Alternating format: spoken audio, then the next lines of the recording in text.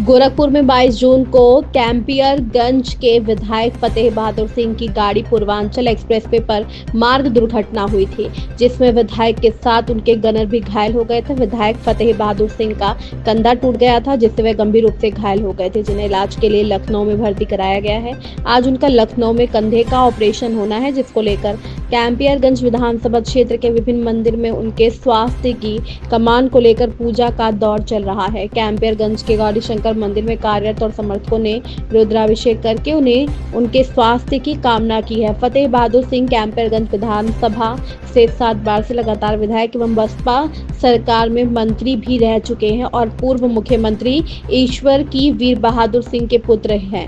वहीं इस संबंध में कार्यकर्ता अभिमन्यु सिंह ने बताया कि कैंपियरगंज से विधायक फतेह बहादुर सिंह पूर्वांचल एक्सप्रेसवे पर मार्ग दुर्घटना में उनका कंधा टूट गया था। आज लखनऊ में ऑपरेशन हो रहा है, इसलिए हम लोग कैंपियरगंज के विभिन्न मंदिरों में रुद्राभिषेक कर उनके स्वास्थ्य की कामना कर रहे हैं और ये कार्यक्रम तब तक चलेगा जब तक उनका ऑपरेशन नहीं हो जाता। विधायक जी का मार्ग दुर्घटना में एक्सीडेंट हो गया। सुबह से पूजा पाठ कर रहे, किस तरीके से पूजा पाठ कर रहे, क्या मालूम? माननीय लोकप्रिय विधायक फतेह बहादुर सिंह जी का पिछले दिनों मार्ग दुर्घटना में चोट लग गया था, जिससे क्षेत्र की जनता काफी आहत है और आज के हॉस्पिटल लखनऊ में उनका ऑपरेशन होना है। तो जब तक ऑपरेशन सफल नहीं हो जाएगा तब तक हम लोग यहाँ गौरी शंकर मंदिर में रुद्राभिषेक और पूजा अर्चना का आयोजन किए हैं। तब तक लगातार चलता रहेगा पूजा अर्चना, और जब ऑपरेशन सफल हो जाएगा उसकी सूचना हम लोगों को प्राप्त होगी तब पूजा संपन्न होगा। क्या मनोकामना करना चाहते हैं? हमारी मंगल कामना यह है कि माननीय मंत्री जी जल्द से जल्द स्वस्थ होकर हम लोगों के बीच आएं और अपने क्षेत्र की जनता का मार्गदर्शन करें। यही हम लोगों की कामना है। अभिमन्यु सिंह। विधायक जी मार्ग दुर्घटना में घायल हो गए, किस तरीके से यहाँ पर पूजा करना चाहिए? विधायक जी जो मार्ग दुर्घटना में जो है घायल हुए हैं, तब से हम लोग भी और इस क्षेत्र की जनता जब से ये सूचना पहुंची है तब तक सबसे सब लोग जो है आहत हैं, बड़े दुखी हैं और उनको स्वस्थ करने के लिए हर संभव प्रयास हम लोग कर रहे हैं। यहाँ जो है मंदिर में जो है भगवान भोलेनाथ और माता पार्वती से भी हम लोग कामना कर रहे हैं कि मंत्री जी जल्द से जल्द स्वस्थ हो। उसके अनुरूप हम लोग जो रुद्राभिषेक का कार्यक्रम यहाँ गठित किए हैं और मंत्री जी जब तक स्वस्थ नहीं हो जाएंगे तब तक ये पूजा पाठ चलता रहेगा। अच्छा, गौरी शंकर की क्या यहाँ मान्यता है?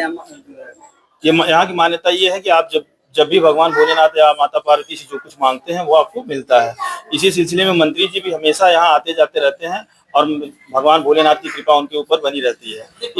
इसी तरह से हम लोग आज भी चाह रहे हैं कि जैसे भगवान भोलेनाथ की कृपा मंत्री जी के ऊपर पीछे बनी रही, आगे भी उनके ऊपर बना रहे।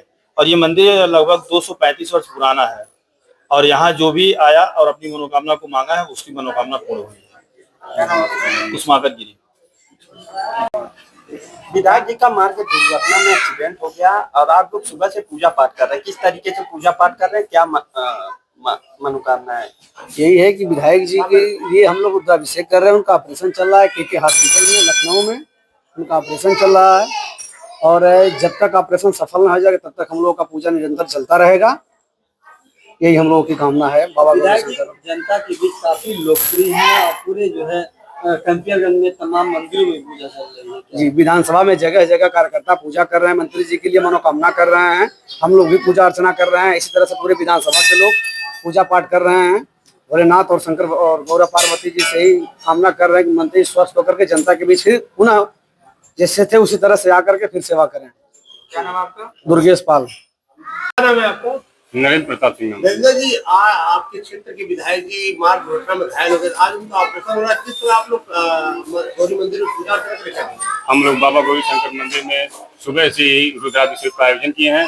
समस्त क्षेत्र की जनता, भारतीय जनता पार्टी के कार्यकर्ता सभी लोग मनोकामना कर रहे हैं कि हमारे विधायक जी जल्द से जल्द स्वस्थ होकर के क्षेत्र के बीच आए, जनता के बीच आए। हम लोग की यही मनोकामना है। कब तक पूजा करते रहेंगे? पूजा जब तक ऑपरेशन सफल नहीं हो जा रहा है तब तक हम लोगों की रुद्राभिषेक चलता रहेगा।